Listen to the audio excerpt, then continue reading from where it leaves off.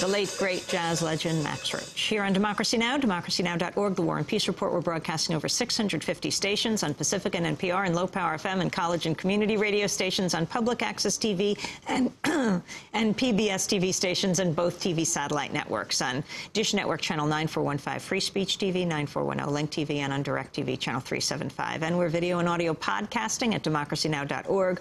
Our headlines are also available in Spanish for any radio station to take as over 175 are. I'm Amy Goodman with Juan Gonzalez. Juan? Well, next week will mark the 5th anniversary of the U.S. invasion of Iraq. In the first of several speeches timed to coincide with the 5-year mark, President Bush said his decision to invade will forever be the right one. The decision to remove Saddam Hussein was the right decision early in my presidency. It is the right decision at this point in my presidency, and it will forever be the right decision. Since the 2003 invasion, up to 1 million Iraqis have been killed, with no estimates on the number of those wounded. The war has also led to the world's worst refugee crisis, with the UN estimating up to 2.5 million people displaced inside Iraq and more than 2 million who have fled to neighboring countries.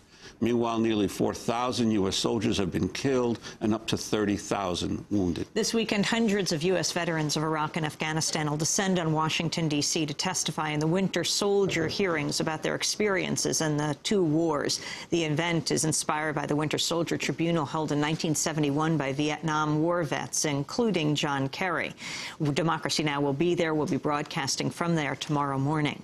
Jonathan Steele is one of the journalists who has covered the Iraq War since the beginning. He's a senior foreign correspondent and in-house columnist on international affairs for the London Guardian, has written several books. His latest is called Defeat: Why America and Britain Lost Iraq. Jonathan Steele joining us now in our Firehouse studio.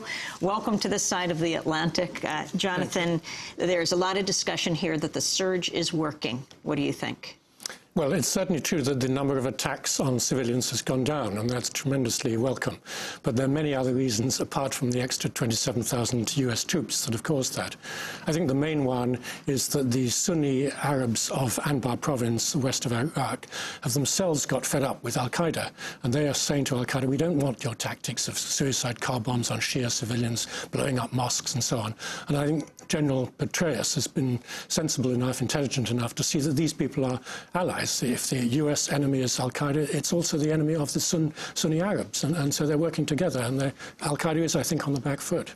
And to what extent has the ceasefire of Muqtada al-Sadr and his followers affected the general level of violence in the country?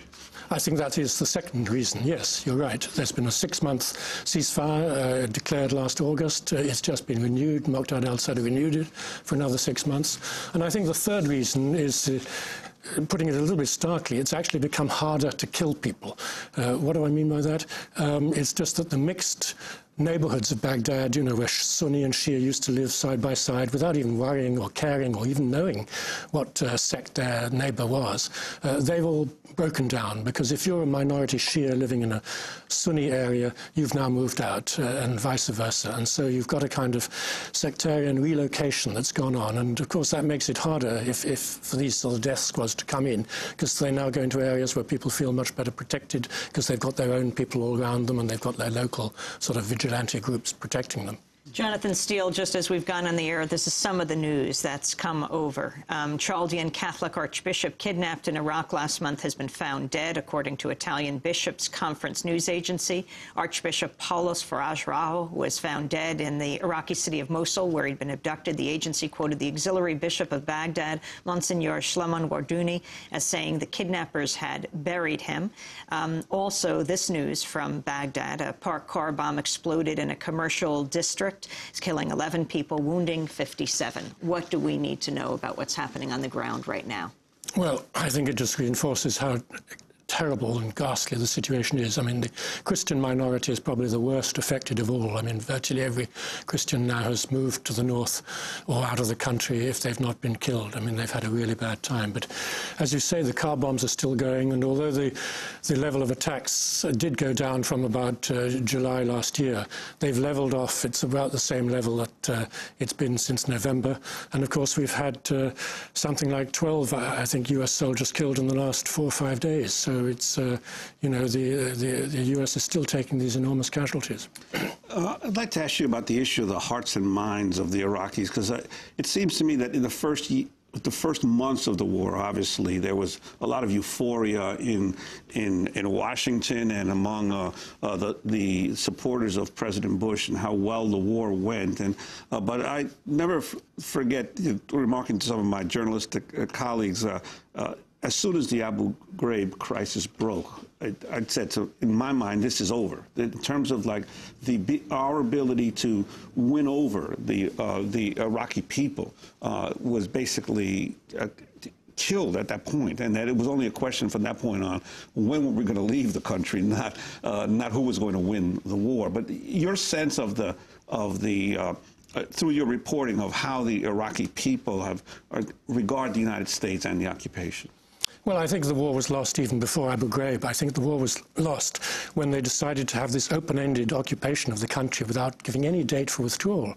I mean, I talked to lots of Iraqis just before the invasion in Amman. It was actually much easier to talk to Iraqis outside the country where they could speak freely than in Baghdad. And I got this sense that people were very, very torn about whether they wanted this invasion. I mean, just to give one simple example from a Sunni butcher who I talked to who was in Amman. He'd fled from the Saddam regime 5 years before, and he said, talking about the invasion, he said, I want it to happen, I don't want it to happen. I want Saddam to go, but I don't want my country to be invaded. So already this issue of is it a liberation, is it an occupation was dominant, and I think I and many other reporters in those very first few days and weeks of the invasion, after the Saddam statue was toppled, already heard people saying, we are occupied. Why are the Americans now staying on? Why don't they go? What's the agenda? You know, they've got rid of Saddam. And naturally, this patriotic resentment